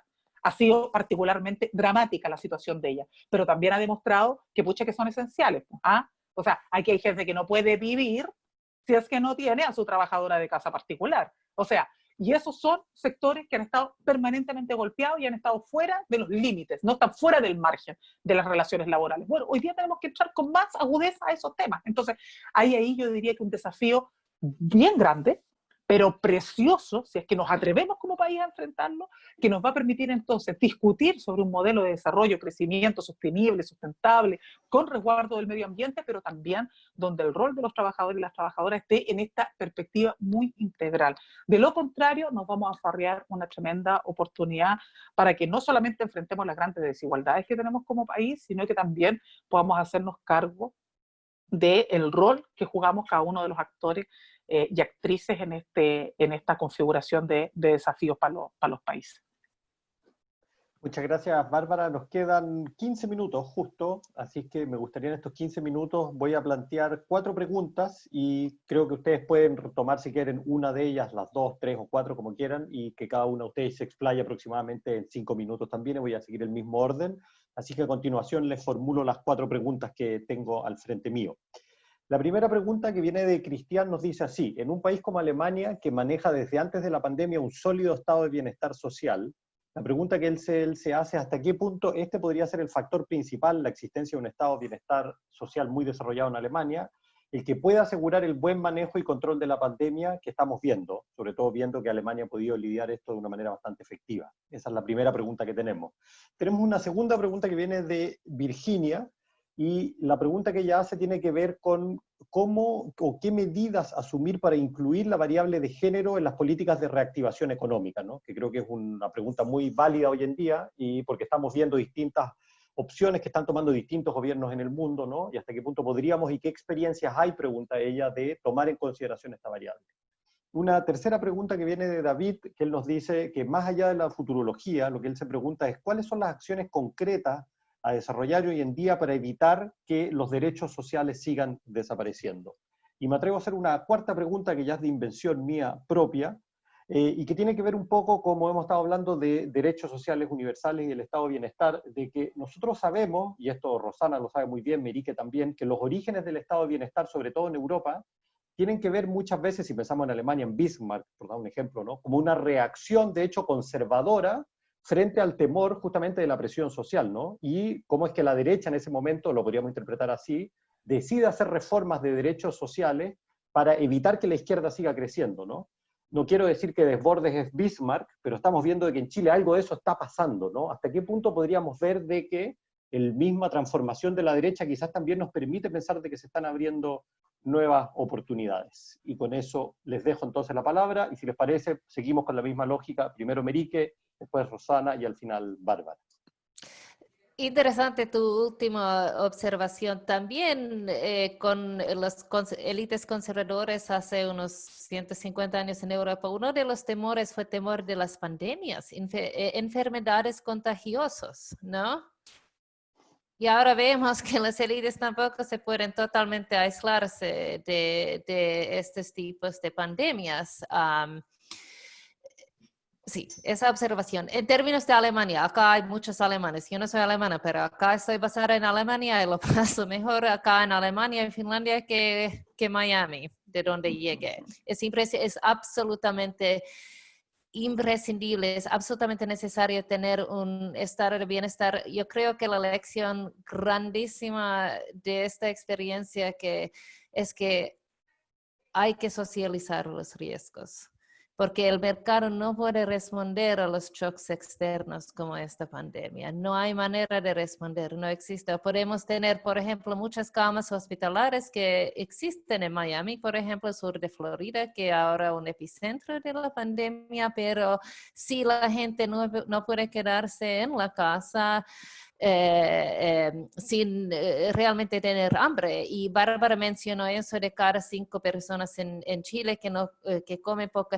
En los Estados Unidos, 20% de los niños tienen inseguridad alimentaria ahora. Durante la pandemia no tienen bastante para comer en los Estados Unidos. Entonces, eso es impresionante. Y acá en el norte de Europa, el estado de bienestar, la experiencia fue que todos se pudieron respetar las reglas, quedarse en la casa sin poner en riesgo su capacidad de sobrevivir. Y eso es, yo creo que ojalá que eso sea la lección más grande de esta experiencia.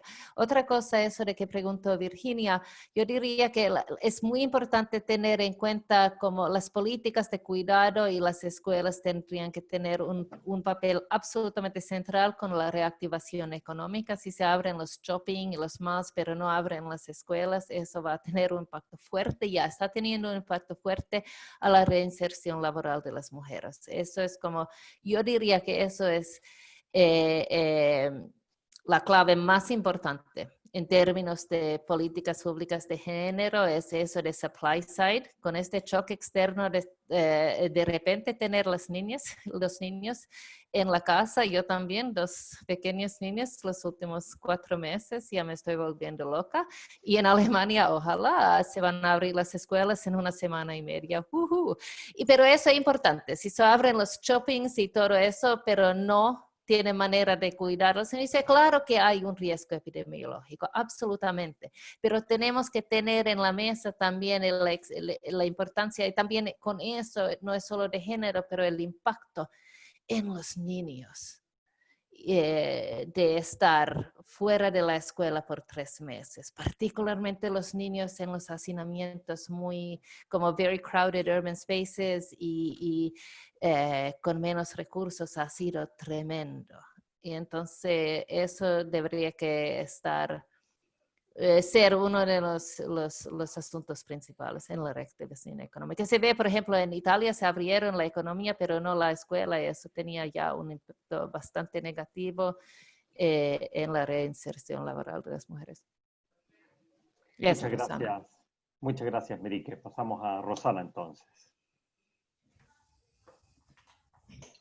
Sí. Muchas gracias.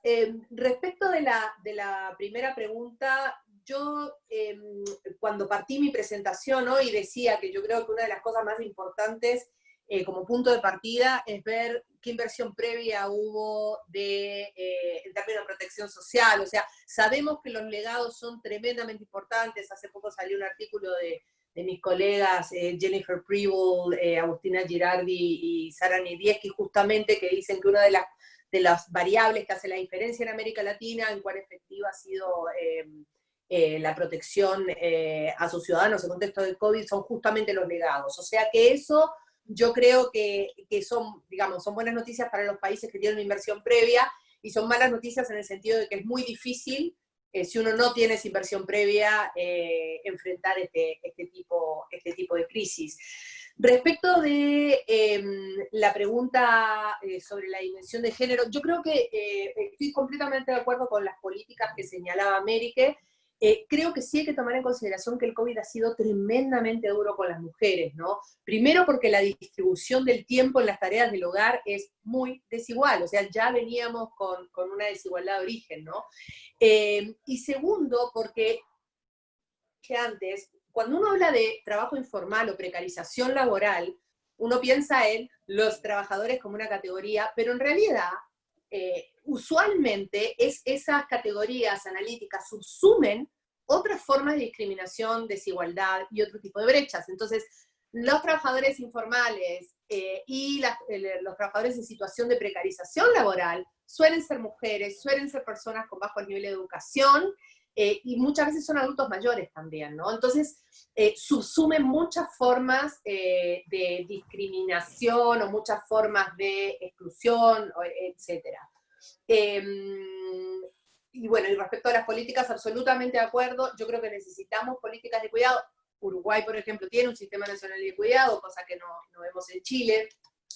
Pero también yo creo que es necesario, o sea, yo que soy un amante de las políticas universales, y siempre lo he sido, yo creo que en escenarios como este tenemos que combinar políticas de carácter universal con políticas focalizadas, dirigidas a segmentos específicos, como por ejemplo las mujeres, ¿no? Entonces eso hay que pensarlo también. Respecto de las acciones necesarias para que no se deterioren los derechos sociales, bueno, yo creo que podría decir mil cosas, pero la primera, hay que salir a votar. O sea, por redes sociales no vamos a resolver nada. Yo estoy hasta acá, ni tengo Twitter, con eso les digo todo. Encuentro que es una estupidez suprema mandar mensajes, no sé qué, salga a votar mi hijito, salga a votar mi hijita, convence a sus amigos de votar, si no le guste, ponga un pedazo de papel higiénico en la urna, no sé, haga lo que le parezca. Los sindicalistas en Uruguay ponían una rodaja de salame adentro de la papeleta de votación, ¿no? Eran narcosindicalistas, ¿no? Que se negaban a votar. Entonces, hay que salir a votar, eso primero. Y segundo, respecto de políticas concretas, yo creo que esto ha dejado en evidencia la relevancia que tiene la construcción y el fortalecimiento de las capacidades estatales, ¿verdad? Y por las capacidades estatales hay algunas dimensiones que me parecen particularmente relevantes. Primero, hay que incrementar las capacidades extractivas de los estados.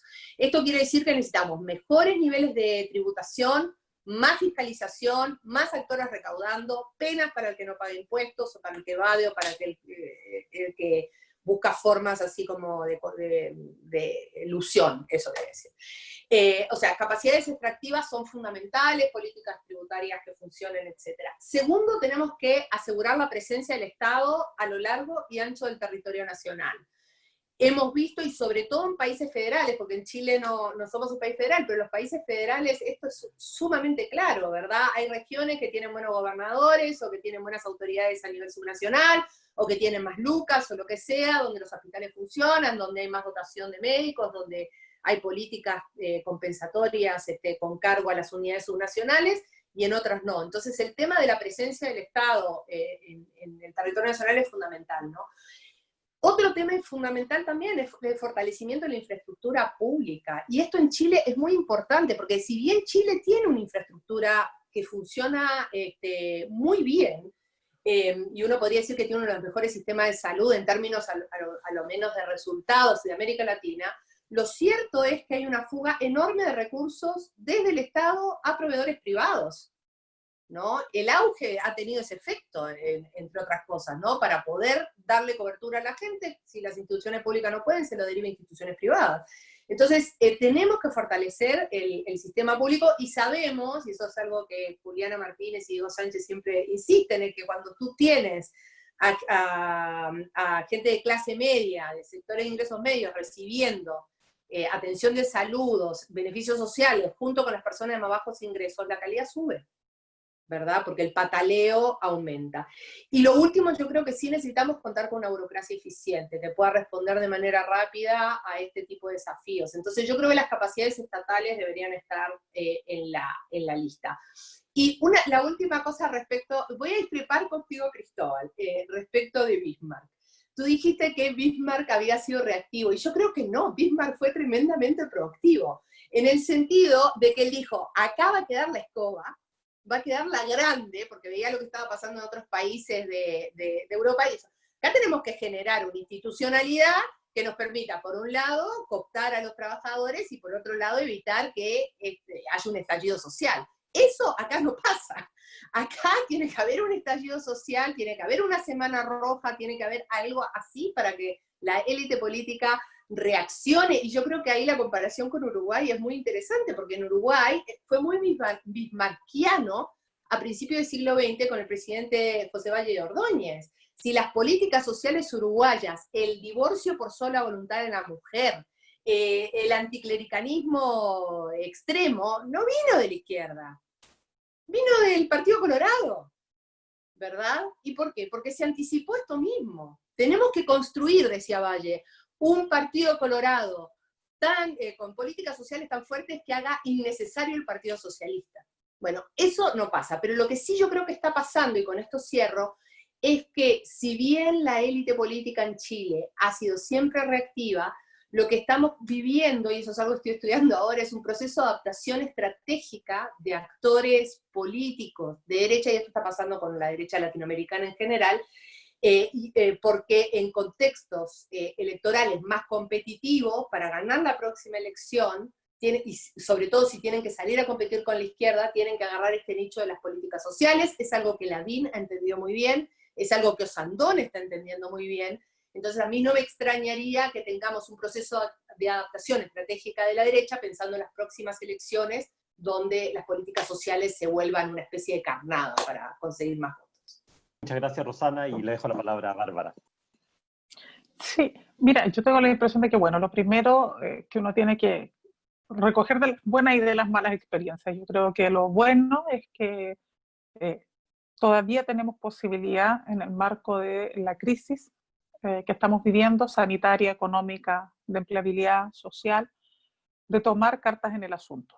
Y eso requiere mucha, insisto, generosidad, capacidad de unidad y centralidad. Es decir, determinar dónde hoy día deben estar puestas las prioridades. Y con todo el respeto, digamos, que nos merece a nosotros, e incluso con la misma valoración que hacemos nosotros de lo simbólico en términos políticos que significa este golpe a las AFP del retiro del 10%, no debemos dejar nunca de entender que aquí lo que nos estamos jugando son políticas para salvar a la población del hambre. O sea, eso es lo que hoy día nos tiene en la situación que nos tiene. O sea, no es que aquí el problema de fondo sea que si vamos a lograr terminar o no las AFP a partir de esta crisis. Evidentemente que queremos que se terminen las AFP porque no es un sistema de seguridad social. Pero si hoy día estamos debatiendo del retiro del 10% es porque tenemos una población angustiada. A millones. Nosotros hoy día en Chile tenemos aproximadamente un tercio de la fuerza laboral inactiva. De casi 9 millones de trabajadores y trabajadoras, hay casi 3 millones de trabajadores y trabajadoras desplazados de sus puestos de trabajo, que son, por lo tanto, los potenciales cesantes de mañana. Porque ahí estamos considerando incluso aquellos que tienen suspensión de contrato, ¿no? Que hoy tienen garantía, que mañana pueden dejar de tenerla. Ya el 47% de las empresas que ha suscrito pactos de suspensión de contrato ha declarado que probablemente después no va a mantener la misma cantidad de trabajadores. Entonces, nosotros estamos hablando de que un tercio de la fuerza laboral en Chile puede quedar desempleada mañana. Entonces, a mí no me puede decir el ministro de Hacienda. Yo estoy preocupado de la formalidad cuando las medidas que se tomaron, hoy día lo único que están generando es más informalidad. Porque mañana vamos a salir a eso. Vamos a salir a un mundo descampado. Vamos a salir a la barbarie. Aquí te van a decir en una empresa, ¿a usted no le gusta? ¿Usted quiere salario mejor? Mire, ¿sabe qué?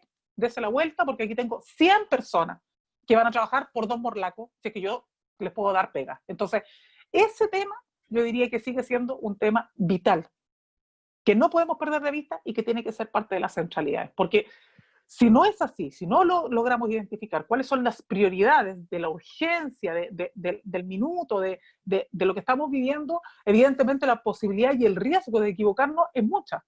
Por eso para nosotros es fundamental lo que se ha hecho con el barómetro del trabajo. Por eso para nosotros es importante tener estos instrumentos, porque no es que se le ocurra a la CUT o se le ocurra a Pedrito, a Juanito, no es un problema. O sea, el 60% hoy día de la gente en el Gran Santiago, el 75% de la gente en el Gran Santiago dice, hoy yo soy vulnerable, ayer no lo era, hoy lo soy. Eso es el problema y el drama que estamos viviendo. Si eso no lo reconocemos como centralidad, entonces ya partimos de un gran problema. Y creo que ahí tenemos todavía una gran oportunidad, creo que eso se ha entendido por parte de la oposición e incluso por sectores de la derecha, que son los que hoy día están poniendo sus votos a disposición para poder aprobar las normas. O sea, si el retiro del 10% no se está aprobando con los puros votos de la oposición, se está aprobando con votos de la derecha.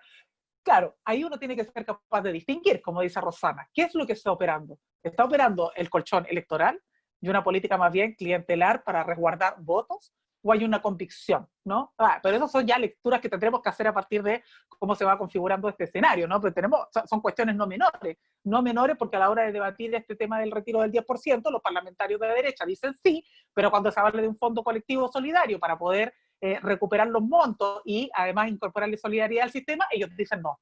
Entonces, bueno, son el tipo de cosas que los actores organizados tenemos que ser capaces de dilucidar. Dicho eso, yo creo que, claro, a partir de eso, entonces uno dice, bueno, en torno a este desafío país, tenemos que generar alianzas, tenemos que generar correlaciones de fuerzas que permitan que las políticas que no se están haciendo cargo de estas urgencias efectivamente no sean las que estén en la agenda pública, sino que sean las políticas más prioritarias. Nosotros, de hecho, creemos que es muy importante, por ejemplo, el debate que se va a abrir a partir de este jueves del proyecto sobre el impuesto a las grandes fortunas en nuestro país. Nos parece que eso es un tema central, porque uno dice, sí, es cierto, hay mucho nivel de ilusión, lo hemos conversado en la misma FES con las organizaciones, la NEICH, la FICH, es cierto que tenemos un nivel de ilusión importante en materia de impuestos y que dos grandes factores que influyen en las profundas desigualdades que tenemos en nuestro país, y no es muy distinto a lo que ocurre en otros países de la región, es precisamente la baja carga impositiva, la elusión de impuestos y los bajos salarios, ¿no? Que es una mezcla perfecta para poder generar o aumentar desigualdades. Entonces, porque claro, si yo quiero garantizar mejores políticas públicas, lo que necesito es tener un Estado que también cuente con liquidez, porque si no, no va a poder hacer, si es verdad que no se va a poder hacer cargo de todo si no cuenta con esa liquidez. Bueno, para eso hay debates como el impuesto a los súper ricos o las grandes fortunas, o como le quieran llamar. Lo importante es decir, mira, quienes más tienen también tienen que ser capaces hoy día, en una situación tan crítica como esta, estar a disposición de contribuir más y mejor, y no solo en esta lógica de la solidaridad malentendida, ¿no? Donde yo contribuyo con llevar insumos, donde yo traigo ventiladores, pero en realidad con eso estoy también haciendo políticas de condonación de impuestos y otras. Entonces, bueno, en realidad, ¿qué tal? ¿Qué tan real es ese compromiso entonces, país? Entonces, yo creo que ahí hay cuestiones que son bien significativas para efectos de lo que viene. Para algunos esos son debates muy políticos y dicen, no, ya, ustedes ya están metiendo mucha política, pero bueno, es lo concreto de cómo tenemos que enfrentar estas situaciones, porque de lo contrario no vamos a poder y vamos a seguir bancarizando el desafío de enfrentar la crisis y no desde políticas más robustas del Estado. Ahora, claro, eso tiene que ser mirando con mayor atención a ciertos sectores, sí, yo lo decía, el tema de género, sin duda, y la niñez. Pero creo que ahí también hay que poner mucho ojo con lo que ya el gobierno está anunciando, que son estos planes de subsidio al empleo. Creo que esa política, si bien uno podría decir puede ser complementaria, tendría que venir acompañada de otro tipo de mecanismo, porque lo que ha demostrado el tiempo es que estas políticas por sí solas no van a permitir efectivamente garantías plenas de una incorporación efectiva de la mujer al mundo del trabajo en igualdad de condiciones, y por lo tanto creo que ahí tenemos un desafío aquí, a la vuelta de la esquina, porque es parte del plan que se presentó ahora en la última etapa, esto que se ha denominado paso a paso y que viene acompañado de un plan económico. Entonces creo que ahí tenemos un desafío bien importante como movimiento sindical. De hecho, eso es parte de los elementos que incorporamos en el comunicado que hemos emanado con este conjunto de organizaciones. Es decir, sí, enfrentemos el desafío de hoy y hagámonos cargo de que también vamos a necesitar un Estado más robusto para mañana, y eso requiere, en primer lugar, mayor nivel de liquidez para poder enfrentar las tareas y acompañar sobre todo a los micro, pequeños empresarios que hoy día la están pasando bastante mal, que tienen que pagar patentes de aquí a fin de mes y que no han podido juntar un peso. Entonces, bueno, ahí hay una tarea importante. Entonces, claro, pero para que, por ejemplo, podamos hacernos cargo también de esta realidad de las mujeres y otros sectores, necesitamos que aquí se piense en iniciativas como políticas distintas a solo los subsidios, y también en el caso, por ejemplo, de la niñez, a mí me pareció muy importante, la otra vez tuvimos un seminario con un representante de la CEPAL, que él hablaba, bueno, si queremos hablar de políticas progresivas, también hablemos entonces de estos ingresos de protección universales, partiendo, por ejemplo, por la infancia. Bueno, esas son medidas que uno podría decir, mira, en el marco de la audacia que hay que tener para estos tiempos, son medidas que quizás uno tendría que explorar, porque efectivamente también aquí tenemos un mundo muy abandonado, que es la primera infancia, que son los niños y niñas, y que también son esenciales, porque, claro, si no los círculos son viciosos. O sea, cuando el Ejecutivo, por ejemplo, dice el 13 de marzo, bueno, se suspenden las clases, ¿ya? ¿Y cómo lo hacemos en las casas si nosotros tenemos que salir a trabajar? ¿Ah? Ya es desvalido. Entonces, si no tenemos esta comprensión de red de protección integral de todos los niveles y de todos los sectores, evidentemente que es mucho más complejo. Entonces, creo que por ahí hay iniciativas, hay ideas, hay propuestas que todavía se pueden rescatar y que nos permiten enfrentar de mucho mejor forma los desafíos que tenemos. Pero parte todo por un primer piso, ¿no? Y es la real convicción de hacernos cargo en la magnitud que estamos viviendo hoy día de la crisis que tenemos. Yo tengo la impresión de que hasta ahora hay algunos que de eso no quieren darse cuenta o no pueden darse cuenta. Y creo que ahí tenemos todavía un tema complejo. Muchas gracias, Bárbara, y quisiera cerrar dándole las gracias claramente tanto a Bárbara Figueroa, a Rosana Castiglioni, a Merique, que ya es muy tarde, ya si mal no me equivoco son las 10:30 de la noche, así que yo creo que ya se va a ir a acostar. A nosotros todavía nos queda un poco de luz de día y energía por acá. Pero nuevamente les doy las gracias a ustedes tres por haberse conectado el día de hoy, por haber compartido sus reflexiones. Nuevamente las gracias a la Fundación Friedrich Ebert por el apoyo en la organización de estos eventos, y los dejo invitados para 2 semanas más, el miércoles 5 de agosto, que vamos a tener nuestra quinta sesión donde vamos a hablar de capitalismo en tiempos de pandemia. Y sin más entonces, me despido y les doy las gracias a todos. Chao, chao.